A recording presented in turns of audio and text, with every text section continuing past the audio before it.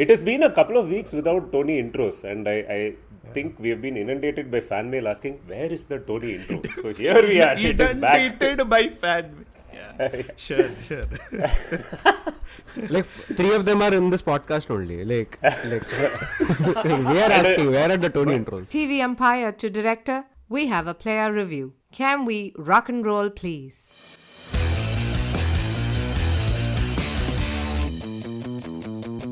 Hello and welcome to Bits and Pieces, the only cricket podcast that has more hosts than Rahul Dravid has had captains in such a short period of time as coach. We are the podcast that follows the IPL auction strategy of most owners, the meticulously arrived at unobtainable talent of vibes. Shakespeare famously said, to be or not to be, that is the question. We infamously respond with, why just be when you can vibe? Before you say vibe, by way of introduction, I am your host for the day, Tony. And joining me, first up, he's the man with vibranium in his cranium, the person who doesn't need vibrams to run 10 kilometers in 45 minutes, the man who exploits the vibe has been etched in history as Sundara Vakandam. Please say hi, Nitin Sundar. Oh my God, I should leap out of this podcast like a Black Panther right now. We just marvel at your presence every time. Next up, he lives in Seattle, but he never settles in his pursuit to improve algorithms and unsettles Seattlers with his basic math at hot dog stands. He loves baseball and base theorem equally. Say hi, the one, the only cartographer. Oh my God, amazing. Thanks, Tony. Hi. Also joining us, they say you'll never have to work a day in your life if you do a job that you love. All that's fine if you don't have to take a train from Malad to Lower Parel every day. Lower Parel, by the way, is the only thing that's lower about him. The upper crust of cricket meets jokes. The leader of the Idli squad, while the rest of you have diddly squat. Say hi, cows. Oh my God, I'm putting this in my CV, man. This will be the first line that people read on my LinkedIn. And finally, our special guest for the day. In our 20s in Bangalore, to have fun, we would say Bunny Mall. What? But now that we are well into our 30s, we say MoneyBall. The man who goes deep into the sports world every week with MoneyBall for the kin. Please say hi to Mr. Jaideep Vaidya. Jaideep Vaidya. Say hi. It's my first time here, but Tony, like, how do you come up with these intros? Like, do you prepare these? Because actually, like, I don't know if any of you follow the Premier League, but Peter Drury is leaving the Premier League productions and moving to the US. So I think there's a job for you over there if you're into football in any way. Wow, really? Amazing. No, I just go by the general Inglorious Bastards theory of once a man leaves behind his dignity, there is no limit to what he can do, right? Like, so, like, I did that with parenting first, but like, once you've like just gotten over the shame of putting this out in public, no, like, there's no limits to how much cringe you can put out there. Like in Inglourious Bastards, we're going to etch our intros onto our foreheads, Tony. Much like a Quentin Tarantino movie, this podcast makes sense in bits and pieces, like the way it later gets spliced and edited. And that's what we hope every time we sit to record. Going by your podcast name, you guys are either big fans of Ravindra Jadeja or big fans of Sanjay Manjrekar. Which one is it? Goes without saying, Sanjay Manjrekar. Why not both? Why not both?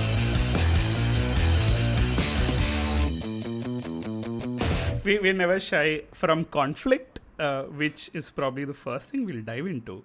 Because Jaideep, you wrote a very, very wonderful piece on Moneyball, the last one that you've written as on 12th June when we are recording, was about the conflict of interest that Saurav Ganguly is like embracing and like sort of throwing at the rest of the world to say, what can you do about it? So can you just give us a little bit of background and then we'll probably, throw in the bad jokes and rescue this podcast.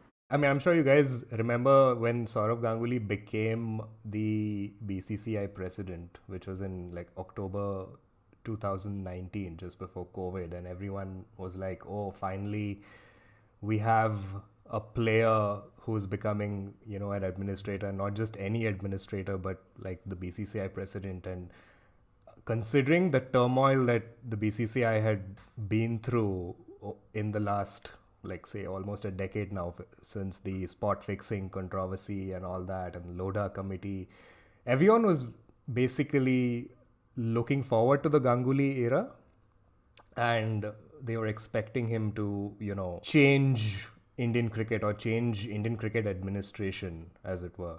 But what has happened is something that's completely different. Firstly, like, Ganguly is unlike any other player turned administrator that I know of. Like, and this is not just in cricket, but worldwide. This is a man who has over 30 endorsements. And these are across categories. Like, you name a category: aerated drinks, mobile phones, cement company, fantasy gaming, publishing, jewelry, agricultural supplement. He's got everything. Please don't leave out the agarbatti, of course. Of course. And the chappals. The most prominent sponsor of Indian cricket, Cycle Pure Agarbatti. He's there in every category that you can think of. And while that is fine as a player, like, there are so many players across the world who have, like, 30 plus endorsements, he is now a BCCI president, and some of his 30 plus endorsements are now becoming conflicts, or have become conflicts, with his position as BCCI president. No, just to clarify, like, the 30 didn't happen before he was BCCI president, right? I'm sure some of them he signed up during the tenure of. Some of them posting. he did. Yes, that's true. Yeah. So not all of them were signed before he became president. I have to say this, right? For me, this whole incident with Ganguly and this whole brouhaha with conflict of interest harks back to Ganguly back in his playing days, right? There is this famous thing they used to say about Ganguly when he became the captain, that he made the nation believe, right? Like, the nation didn't have any belief before that. And then Ganguly became captain and he led us, out of the dark ages. He has literally made the nation believe that he doesn't have a conflict of interest now, right? And it is like a proper smokescreen that he has pulled off. And I actually learnt a lot by reading Jaideep's article, right? The BCCI has conveniently redefined what conflict of interest itself means, right? So according to them, Ganguly endorsing My 11 Circle is not a conflict of interest. The fact that Dream 11 is a sponsor of the Indian team or whatever, and Ganguly endorses a competitor, which is My 11 Circle, according to them, is not conflict of interest. It would only be conflict of interest if My 11 Circle became a sponsor of the Indian team. So there is no category level conflict of interest at all. Categories just exist because they have to exist. The BCCI can, have sponsors in a certain category, and the BCCI officials can have, they can endorse competitors of those sponsors, and that's how the interpretation is. It's amazing. Can I just ask, from my position of ignorance, My 11 Circle was the ad where Ganguly was drinking one milkshake and he asked for another milkshake, or was it a different ad? It's like Ek Aur Do. Was that My 11 Circle or something else? Clearly no one knows. No, I don't think it's My 11 Circle. My 11 Circle is the one where he's like, you make your team, you beat it, and you will get 1 crore. Some weird promotion that they had. Oh, yeah. So it's gone beyond Dream 11. Dream 11 is, aap team banao, I will do this thing. Ganguly is like, you make the team, you beat it, you do everything. Yeah. Like, Ganguly is like, I have made my team. If you manage to get more than what I have scored, then you get 1 crore. Something like that. आप सब Dream 11 में team बनाओ, मैं तो My 11 Circle में team बनाओ. When someone is sponsoring Ganguly, do they expect that, like, the BCCI will come knocking next? I mean, you are not paying someone that much money to endorse you without expecting something greater than what you're signing on the contract in return, right? So is that expectation? No, I'm just saying, is that expectation baked in? It may not be written, like, officially. That's my question here. Like, Cycle Agarbatti, not Cycle Agarbatti, whatever the brand. I shouldn't name brands here. I get that. Why? Please go for it. But this is whatever brand he is endorsing. Is there any expectation from that brand that, you know what, because you've got, that's a foot in the door, which means you can possibly get in. Famously, a cycle chain is only as strong as its weakest link. In this case, it's Ganguly. Because, like, if I'm My 11 Circle and I'm getting Ganguly on board, and I'm Dream 11 and I'm endorsing, like, IPL, my first sort of requirement will be that, none of your officials, endorse a rival brand, right? So, like, what is Dream 11's sort of stand here? Dream 11 on the record, like at least publicly, what they've been quoted in the media, they don't have any issue with it. But I mean, I can only imagine that's because they don't want to upset the apple cart. If you're My 11 Circle, this is perfect, right? Because the conflict of interest definition very clearly says that you will not be considered, obviously, to sponsor the Indian team. My 11 Circle probably can't afford to sponsor the Indian team anyway. They are getting supposed endorsement of the BCCI by getting the BCCI's biggest official as their brand ambassador, and they're getting it at a fraction of the cost that Dream 11 is probably paying for the BCCI endorsement, right? So it's a fairly good deal, I would say. And the same goes with Class Plus, the EdTech app that he's associated with. I think you should give a little bit of background for Class Plus and how the... Yeah, so I mean, it was really bizarre. Like, as I've written my piece, like A-grade buffoonery from Mr. Ganguly. About a week ago, like it was June 1st, he put out a tweet which basically said that, it's the 30th year since I started my career as a cricket, and cricket has given me a lot, and now I'm planning to move on to the next phase of my life and start something that I feel will probably help a lot of people. And he left it like open-ended, very cryptic. He didn't specify what it was, and I mean that was enough for cricket Twitter to go into overdrive, and people were speculating that he's resigning or like joining BJP or I don't know what. It took Jai Shah had to actually come out and clarify that no, nothing, Ganguly is not resigning. We are all focused on the IPL media auctions, and that's what we are doing. Like, it's going Clearly, everyone but one person is focused on the media auction. So where do the sort of legalities lie? Forget the propriety. I think that's going to be like a subjective call, and given where we are in 2022 in this world, that's like a fairly grey line. But where does like the legality lie on this? Like, is he allowed to do all of this, or are they like basically making the law up as they go along? Like Nitin mentioned, like according to the BCCI's constitution, if Saurav Ganguly ties up with the rival of a BCCI sponsor, it's not considered conflict of interest. A conflict of interest would be if, say, Ganguly was with Byju's and then Byju's became BCCI sponsor. That would be a direct conflict of interest, but not if he's with a rival of Byju. That seems like a synergy of interest rather than Yeah, it is perfect. No, but this gets funny, right? It's not only that he does all this gapla. After this entire, obviously, this whole tweet or a couple of tweets that he put out were to drum up interest, right? And this is how social media marketing works these days. And then somebody said, no, this is nothing. He's just joining some, EdTech app. And they said Class Plus.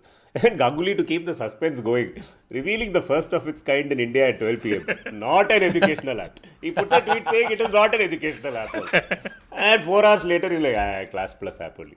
Which anyway, by the way, he's been endorsing for the last 3 years or something. There are old ads of Ganguly endorsing Class Plus app. So it's not new also. It is a random new marketing initiative to try and get more installs for Class Plus. And what a connection, right? He brings coaching into this. It's like, players are all great because of the coaches, and I am launching something for teachers, trainers, coaches, and other educators. Like some random like there was one tweet, like the ad was so bad, like I won't say bad, but like so unique that the top tweet, like underneath it was something along the lines of like, this ad has more hard cuts than Ganguly has ever played in his entire cricket career.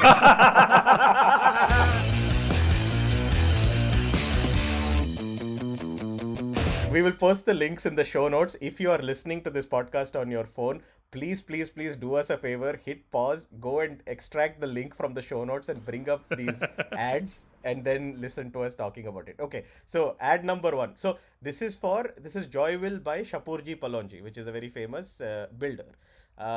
Dance to a winning beat at Joy Will. What you have is 3 youth dancing, and Ganguly, who has clearly been photoshopped in, is he appreciating them? It's a very creepy uncle look. Like he's looking at the ladies in a very creepy kind of way. So this is one ad. Let's see. The next ad. Joy Will. For winners by winners. Yeah, what would Ganguly know about that? But this is clearly Ganguly posing as if it's a bunch of actors posing with our prime minister, taking a selfie, pointing at the phone. What phone is this, by the way? Like what is? No, that will be don't ask him to endorse more brands inside the brand. Like That will be a conflict of interest. In advertising parlance, this is how you phone it in. Oh my. Score a big win every day at Joyville. And basically, it's this clueless looking guy who has just played, I don't know, like an inside out shot over the offside. Oh wait, that is not Shubman Gill. And behind him is a very bemused looking Dada with one Behind the stumps. behind the stumps in a right-hander stance with his front foot off the ground. I think this is supposed to be his Nataraj shot. This is an ad for Nataraja chapatis. This is a combination of Nataraja shot and chapati shot, and it is Ganguly playing his favorite shot. Oh, this is the best. And then the fourth one, the cherry on the cake. Sing the songs of your success at Joyville. So it's a 3-person band. One person on keyboard, one person on electric guitar, and one person on vocals. And Ganguly has been photoshopped very weirdly into the keyboard. It's not clear if he's inside the house, outside the house, inside the window, outside the window.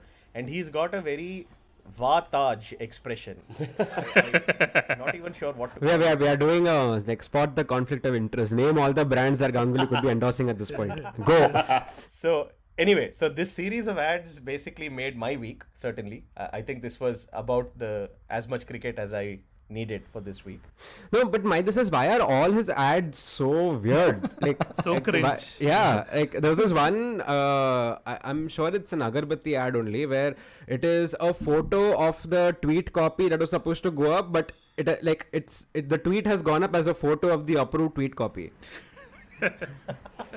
Right, and I'm like, why is this, like, I'm like, it's not been taken down, it's got like 10k 20k retweets or whatever, because I'm guessing the brand manager, like, we already paid him, fuck it, like, it doesn't matter, brand name is out, like, we'll get our numbers or whatever. But like, why is would you have a problem with the conflicts of interest if they were better ads? I'm being very honest. No, first of all, like, what clout does Ganguly have anymore? Like, I mean, like, what is his, like, appeal right now? Is that he's, like, Jay Shah's shill or something like that? I don't know. No, he does have appeal. Like, if you're talking to someone, like, in their late 20s, early 30s or whatever, he is the person that you grew up watching, right? So at least Dave, we also grew up watching him. That's what I'm saying. You and I, we don't represent India per se, right? Like, I'm being very honest here. Like, if you're trying to hit that TG, I mean, I would say there's still value in it. It's just that, like, since it's not a rule, right, and it's not very clearly mentioned that, like, you know what, you cannot even consider people that are competitors to the bigger thing. Ganguly is exploiting it. You can't, like, blame him for it. I do actually have a question for Jaideep. So I think my question is this: the conflict of interest rule, quote unquote, as defined in the BCCI bylaws or constitution or whatever, right? To me, from the reading of all your articles, it almost seems like it's not protecting the sponsors, it's protecting the board in some sense, which makes sense from the past of the board, right? Which is when you had officials who were holding more than one position, the idea was that the board should never sort of lose out because of the fact that this person may be representing someone else or some other entity and so on. It makes sense from that. But now that we have all these multi-billion-dollar, contracts and so on, and today is going to be another one. I think Lalit Modi has come out and said, look, watch for $8 to $10 billion in IPL rights and all of that, right?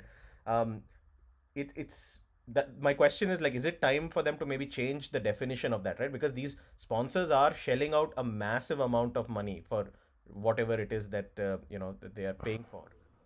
Yeah, so the BCCI constitution was drafted by the Committee of Administrators, COA. And when they were drafting this and including the conflict of interest section, I don't think they would ever have imagined that, Sourav Ganguly would do something like this. Yeah, I'm looking forward to Ram Guha writing another book, India Before Ganguly.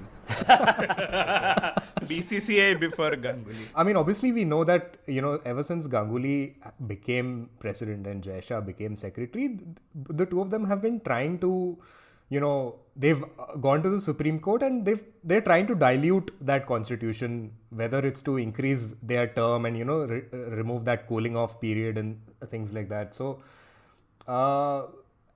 I mean, yeah, the point is that the COA definitely would not have imagined that, something like this would happen. Otherwise, I'm sure they would have included clauses that would deny Ganguly such endorsements.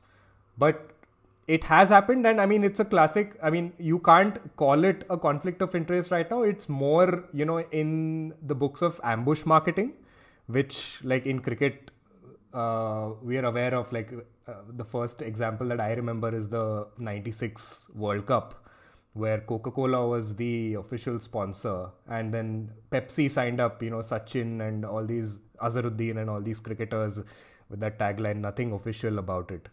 That was, I think, the first example of ambush marketing in cricket. There have been several examples across the world. But basically, Ganguly's endorsements with Class Plus and My 11 Circle would fall under that category. But the difference is that, Sachin Tendulkar was an athlete. So it's totally fine for an athlete to have an endorsement with someone who is the rival of the organization that he represents. Like, for example, Virat Kohli is with Puma, and there was a time when Nike was the sponsor of the Indian team. They are technically rivals, but that was fine because Kohli is a player. Ganguly is the board president. Ganguly is, as board president, is involved in the commercial decisions of the BCCI. If it's not a direct conflict according to the constitution, it's definitely an ethical conflict.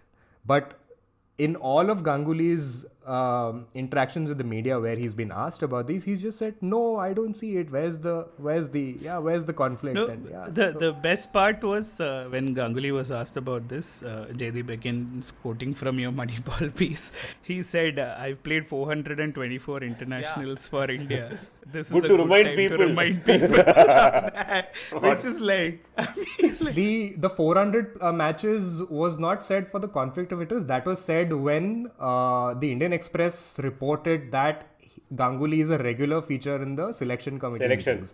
And as BCCI president, he is not allowed to be a part of the selection. Yeah. Basically, Ganguly is just to, confuse people, right? People are like, "Hey, you're endorsing rivals and all. What is this?" Like, what? That you're focusing on? Look at me, I'm sitting in selection committee meetings also.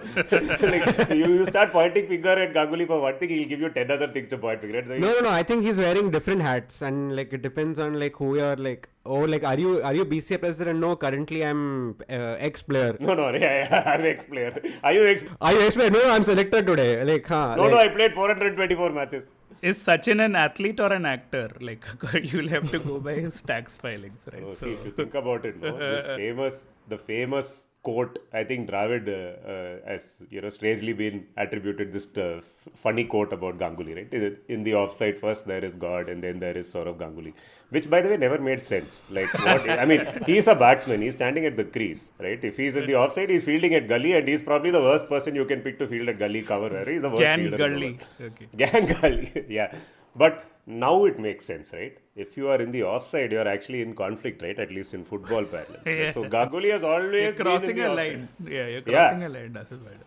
First person who can cross the line is God, right? Or no rules apply to God. Second person is Ganguly. He's been in the offside throughout. No, I was saying it, and it's with Ganguly, it's so amazing that it's not just these ethical conflicts. He also has, direct conflicts of interest. Like when RPSG became won the Lucknow IPL franchise.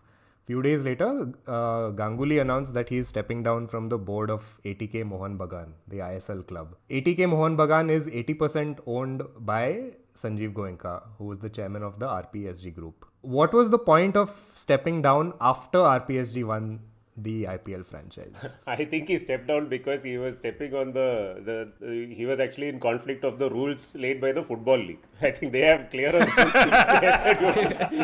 Cricket, whatever he wants, he created. Football said, "Hey, you can't do this." How does this bode for the future of whoever the next president of BCCI is? Like, if the waters have been muddied so much. There is no next president. Hello, there is no next president.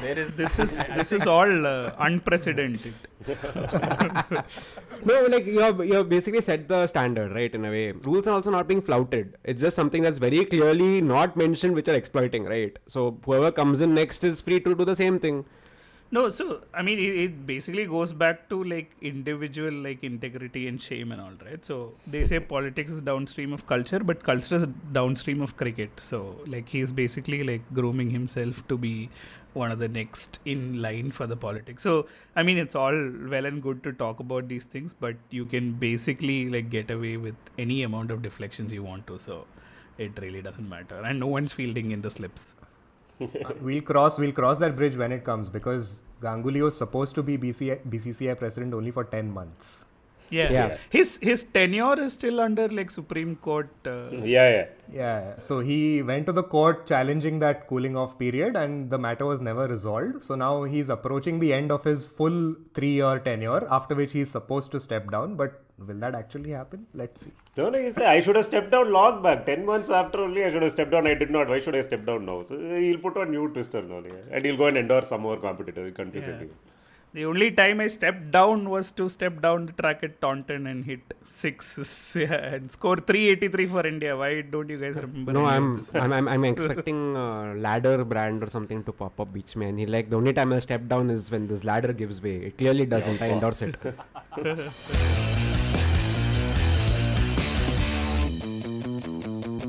Jaideep, again, going back to your first piece in Moneyball, it was around ICC and BCCI and the cat and mouse game around, sort of media rights.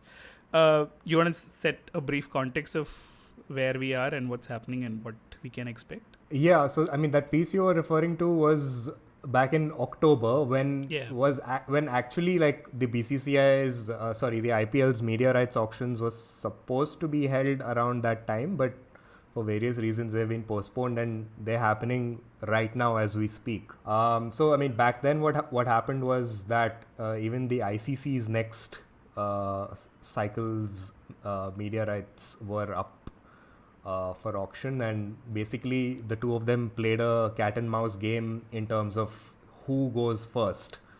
Yeah. Because whoever goes first will get most of the money because all the players will exhaust their bucket on whoever goes first, and the other one will be left with whatever is remaining. Yeah. So as it turns out, the BCCI, both BCCI and ICC were supposed to have their auctions end of last year, but now BCCI is doing it first, and I guess ICC will happen maybe towards the end of this year. But yeah, it's a really interesting auction in the sense that we're seeing, obviously Disney Star will be one of the favorites, but we also they're still going for it. Yeah. I don't. So think you have all the usual suspects, and you have Reliance on top. Yeah, so apart from who was there the previous time in 2017, which is Star and Sony and some of the other smaller players, we've also got... Wasn't there Facebook at that point in time? Yes, there was. And in fact, Facebook had put in the highest bid for the digital rights. I think it was around 3,900 crore. But they lost out to Star's consolidated TV plus digital bid. But Facebook is not, is not in the reckoning this time. Yeah, because I don't think their sports streaming, at least in India, has worked out the way they would have wanted. Like the biggest this is Reliance now, right? Like Viacom, basically. That's like... Yeah. From what I know is they're throwing a lot of money. Like at least to build up everything else behind it. They have launched 2 new sports channels. They have Sports 18-1, Sports 18-2 basically. Like, so what happened earlier is they bought the rights to what I think Bundesliga and... like 2-3 other sports, but they didn't have a channel to show it in, so they were showing the matches on MTV. Right? No, I'm serious. Like this is what happened, and there would have been no such problem if they had got the IPL rights. IPL fits perfectly fine in MTV, unlike the other sports. So the channel is launched this year in April, if I'm not wrong, and like it's basically all set up so that like in case they do win the bid, they have a place to put it in instead of having to worry about the paperwork later. And this time, interestingly, they have the way the IPL packages are being rolled out. There is not just a consolidated package for all the matches. There is a separate package just for weekend matches and for the marquee games, supposedly, which is the opening game and the playoffs are launched. So you could have a case where you watch the regular games on Star Sports and Hotstar, and you need to tune into Sports 18 to watch the finals and the playoffs. Right? All of this could happen this time. How will that work for like the digital rights? That's just going to fragment the experience for the end user, right? Who cares about the end user? I know, not that they've ever cared about the end. No, user, so but yeah. that package that Nitin is talking about is a non-exclusive package. So basically, I see. that whoever wins that will get those, I think, some 18 odd matches, which includes the opener. It's not exclusive. That's right. Yeah. The evening matches, evening weekend matches, and the playoffs. So I think it makes a lot of sense because as we've seen during this IPL, there was a drop in viewership. And while that happens for most IPLs where most of the viewership is in the opening week and then the playoffs week, this time that was even more so. So I think, we could very well see a scenario where whoever gets the India TV rights would be more than happy to then go for this non-exclusive pack where non-exclusive digital pack where they get the most important game, and then the other bidder would probably get the full digital exclusive package. I think everyone is coming to terms to the fact that there are just way too many games. And they have to keep pumping in more games because that's how the overall value of the pie goes up. But people have limited eyeballs at the end of the day. There's only so much cricket that people can consume. So now they're like slicing that pie into smaller pieces and saying, hey, we'll just give you the special games and you can take that non-exclusive you want to and all that. Very interesting. Yeah. They're going by the international model because like even in the US, like for NFL and NBA, they've got multiple broadcasters, not just one. Similar with the Premier League in the UK. Yeah, and in fact, in the US for pro sports, especially with the NFL, this has become very interesting because there have always been certain properties that are valuable, like Sunday Night Football, for example, which is like super prime time, and then they have like a couple of the a couple of the Sunday, afternoon prime slots and so on.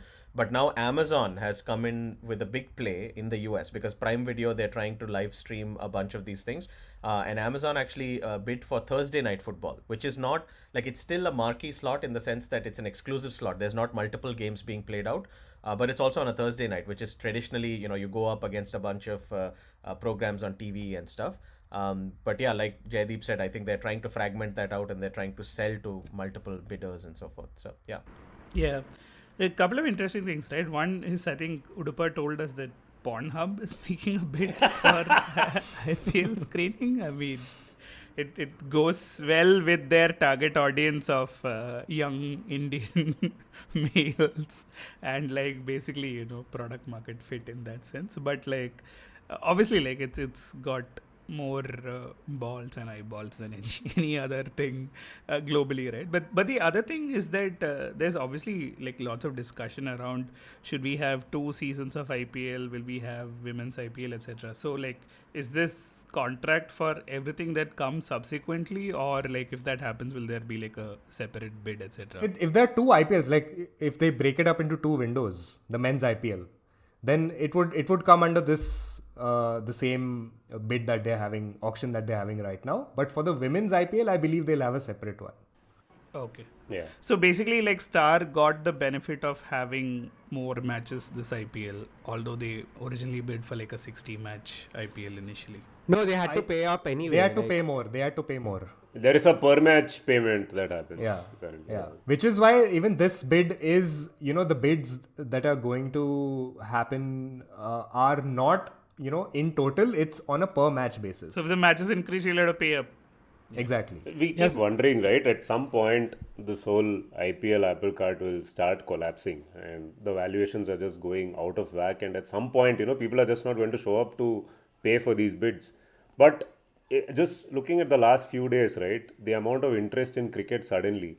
You had multiple people that went to the Kotla to watch India versus South Africa tweeted about the crowds outside, and people were like fighting to get into that stadium, which is the ugliest, most uncomfortable stadium in the world by a margin. And people actually put a lot of fight to get in, and there were people fighting inside the stadiam also. Sorry for interrupting. I was going to say this is Firozshah Kotla. The people who are fighting outside, some of them were started fighting in the 96 World Cup match. Some of those people are still fighting to get inside that ugly ass stadium. But anyway, go ahead. Yeah, it is a ferocious Shah Kotla. But not just that game, right? Cuttack, where the second T20 is going to happen today. Yesterday, the practice session, the ground was packed.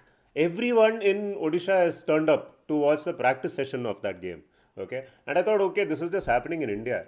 we look at the England-New Zealand test matches, right? Massive crowds have shown up here. Like first test was very well attended. Whatever little I've seen of the second test, again, great crowds. I thought, okay, developed country, people are still interested in cricket. Sri Lanka is going through economic turmoil. That country is on the verge of shutting down and getting obliterated. Full packed stands have shown up to watch Australia versus Sri Lanka, man. Like I was watching highlights of the third game, but I don't know if you guys saw it. Like incredible finish, by the way. Datsun Shanaka going all Damal Dumi last 3 overs, some 60 runs of smashing Hazelwood and Jai Richardson and Kane Richardson and some other Richardson. And insane game, full crowd, entire Sri Lanka was there, man. Like I don't know what, like people are suddenly just very interested in cricket. I don't know what next. I haven't been watching the Pakistan West Indies game. I think there also you have massive crowds showing up, right? Great time to be a cricket fan. And looks like broadcast prices will only keep going up. Basically, people are like, either the pandemic will get you, or climate change will get you, or like partisan governments will get you. Scientists will make the most of the cricket but I do matches think- that are Or available. maybe like all of us, people were just waiting for the damn IPL to end and get back to watching some proper real cricket. Everyone like, yeah, IPL is over. Now I'll go and watch actual cricket. Everywhere around the world. It is a post-COVID honeymoon for a lot of the grounds being full and all of that, right? People just want to get out and they want to go see real live action, which they haven't for the past 2.5-3 years. So some of it might just be that, right? That people want to get out and experience it. Like certainly all this, practice session thing in Cuttack and all, what else explains that? Like, Country needs more hobbies. Yeah. No, I mean, like, just be glad that cricket is well attended, right? Oh, I'm very happy about it. Yeah. Absolutely. They were not just fighting outside the Kotla, they were fighting inside the Kotla also. I don't know if you saw those videos. That's just Delhi things. yeah, that's just Delhi being Delhi.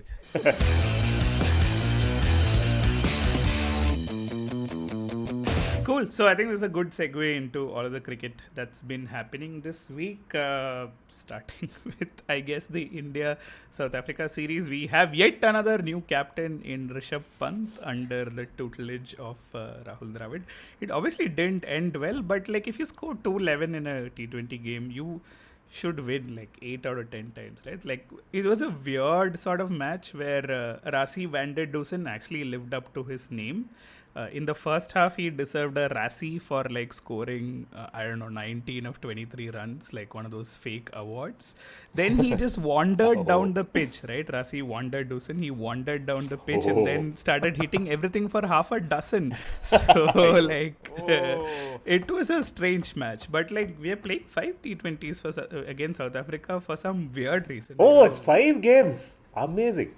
I think there are 5 games. And it's like, The world deserves this bonanza. yeah.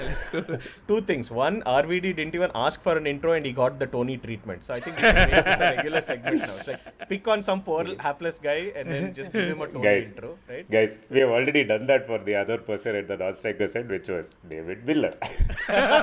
Miller. The second half, but okay. But the other thing I wanted to say was, since you brought up Rahul Dravid, right? I think Jammy sir is being like the replicant in the Terminator series. He is basically reproducing in the Indian team what all he was for the Indian team. So what was he? One, he was anchor.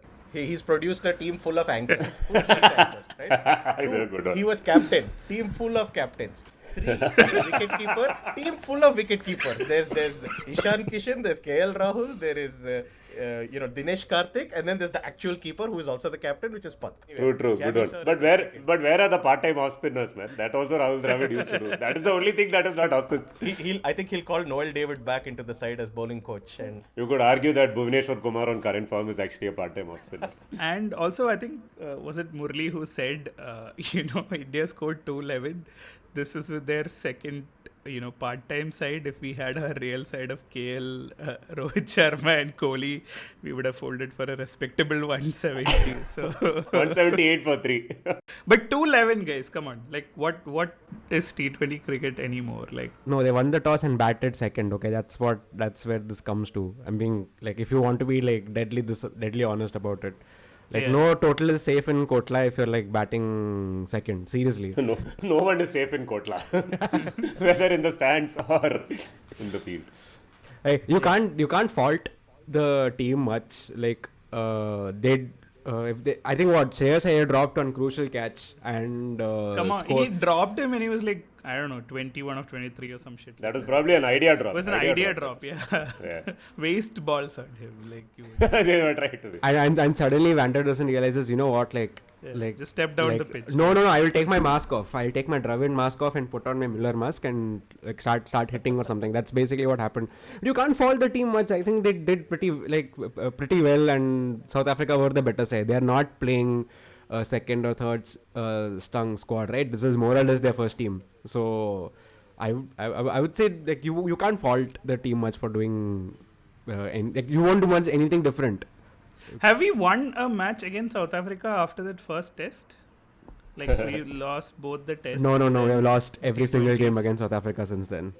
So Yeah. apparently Not we even keep one match. losing to Themba Bavuma. Apparently. Bababuma. There you go. He's the captain who has the hex over India.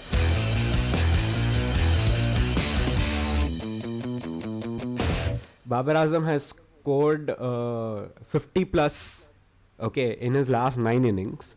Okay, this is the Oh. first time it's ever happened in men's cricket, like ever in the history of men's cricket. This The is just ODIs, is it? Or no, across formats. Dude, like I remember Uttapa had like some 750s in the IPL. I mean, like back to back. Right? Like He's talking about real 950s. cricket. ODI cricket, anyone can score a 50. Dude. No. This includes tests, ODIs, and T20s. Okay, he has scored 50 plus times over like 9 innings now consecutively. The person he has beaten, okay, the one who has scored 8 times is Javed Mehndad. Happy birthday to Javed. Yes, Yeah. it's Happy Javed Javed. Thus Yeah, and- jumps of joy. Hope he's enjoying with some chicken 65. Go on. Many more returns of the day. So like the common joke about Babar Azam is like, "Arey, he's bashing minnows," or like he's not scoring against top teams or whatever, right? Like I mean that's the noise around whatever Babar Azam does. But if you look at the last 9 innings, they've all come against England, England, Australia, and West Indies, right? And they're all playing their first teams. This is not like second team, Z team, B team, whatever. No, they are all playing their like top teams, okay? And whether it's home or away, it doesn't matter. The fact is he is like in the peak of form in ODI cricket. Interesting at a time when nobody finds ODI cricket interesting anymore. But Absolute yeah, goat mode. Yeah. yeah. So this is very reminiscent of where Kohli was a couple of years ago. Come to India, we'll show you. You can't. There is a lot of scope for changing up the Fab Four, so as to speak, because like this guy is genuinely in the form of his life, and he has been in the form of his life for the last 2.5 years. Are you Right? talking about Babar Azam or Joe Root? Because Babar Azam? Babar Azam. Come to the Baba, mate. Yo. Actually, yeah, Labu Shagney would probably be in the new top 4, right? And maybe Daryl Mitchell. Yeah. Fab 4. Darren Mitchell hit a 6 at Nottingham a couple of days ago that landed straight in Inside a women's beer cup. Yeah. Right. Amazing Like, aim. Yeah, so one, that is amazing. 2, they refused to change the ball because the ball condition was fine, and surprisingly the ball stopped swinging after that.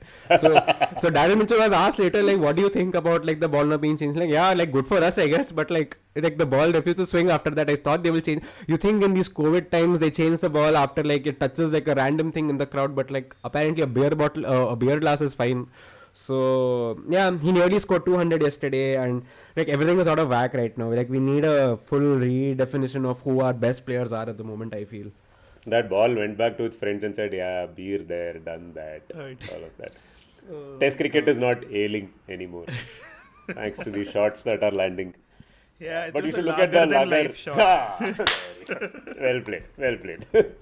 Anyway, so but basically, I think like nature is healing because finally New Zealand is losing as they should. Like luckiest. I team in think the they're going to world, win. but I think they're going to win the it's second like, test. But even yeah. Ollie Pope is scoring like a 60 ball 50, dude. Like some random pitch they put out after the. I like after how the last Tony is match. sledging New Zealand. This is very Nasser Hussain level, winning the toss and choosing to bowl first. Like bench, like I mean, we are calling this baseball and all. Like nothing has changed. They won the last match though. There you go. So like credit to England after whatever you guys who predict. Tony will not let it pass. You have to celebrate the fact that Let's New Zealand lost the celebrate first the test. Everybody England win, spent no? 30 seconds Let's, saying... please, Yeah.